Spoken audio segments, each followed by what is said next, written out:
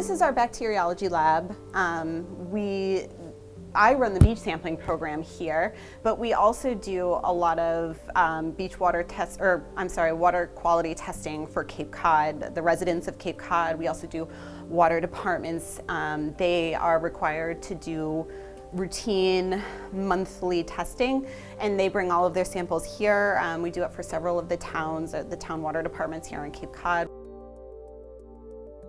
So at the beaches, we're testing for enterococci in marine water and E. coli in fresh water.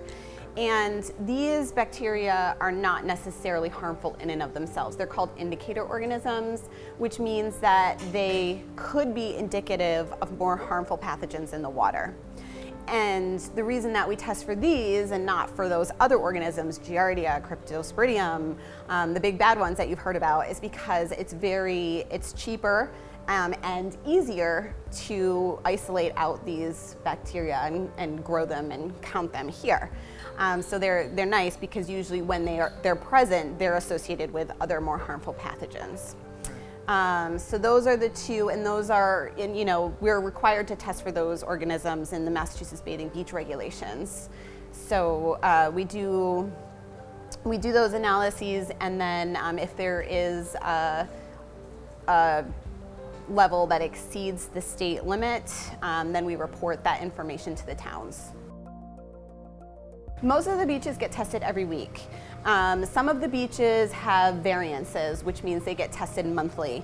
This has been approved by the state because the beach has 2 years or more of clean data. They haven't had any exceedances. If they do have an exceedance during their monthly testing, then they have to resume their weekly testing. But most of the beaches we do weekly testing for them. So Charlotte, she's one of our beach samplers. She is currently working on one of our membrane filtration stations. We have 4 of them. That's how we do our testing for enterococci, E. coli. We also do total coliform, fecal coliform. These are routine organisms that we routinely use to check water quality in surface water and also drinking water. So basically the way it works is Charlotte's measuring out samples from a sample cup, and she pours it into the funnel. You can see there are 6 glass funnels there. And then she has all of her samples, and then also on the bench she has her media, which we use to culture the bacteria. She's measuring out the samples. Everything's aseptic, so she's not very careful not to contaminate anything. She's pouring the water into the funnel, and then underneath the funnel there's a filter, a piece of filter paper, and underneath that there's what we call a stem, which has little pore spaces in it, and all of this is connected to a vacuum pump that sucks the water down through the filter and through the stem, and then anything that's in the sample remains on that little piece of filter paper. And then we carefully remove the filter paper, put it on the culture media, and it goes in the incubator for 24 hours. And that's what you see over there. Those are our 3 incubators. We also have water baths, a couple of water baths. The bacteria have different incubation requirements. And so those are some of the bulk of the equipment that we have here: membrane filtration, incubators, water baths. We also use microscopes to read the plates, to count the bacteria. And we've got a little bit of that going on over here behind us. So yeah, that's, and we make all of our medias and everything here, so that's why you see, we're cluttered but organized. Right. So we do usually the samplers go out into the towns. We split the Cape up into regions. Each town gets sampled on a different day. And we know within 24 hours of the time, from the time that the sample is analyzed, whether or not there's going to be an issue. And once we know that, we notify the health agent in the town that the beach is in immediately.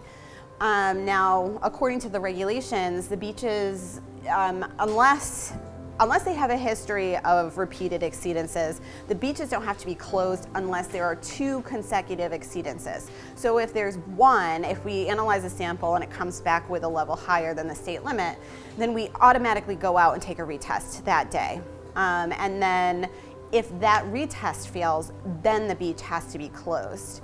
But since Cape Cod has such excellent water quality, these instances are actually few and far between. The beach sampling program, if people don't know about it already, it's a great service. It's a good way of knowing that the water that you're swimming in is safe, especially if you're here on vacation and you've got little kids and you're worried about them. Our website, www.barnstablecounty.health.org, has, we post every day to the website the results, and it's just pass-fail, so it's really easy to look at. Residents can go on there and see if their favorite beach is passing for the week. You know, what day was the test taken? Did it pass? Did it fail? And so that's a really good resource that we have.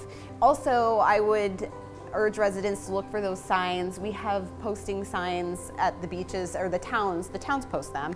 And you want to look for those and make sure you're aware of the water quality at the beach. But it's a great service.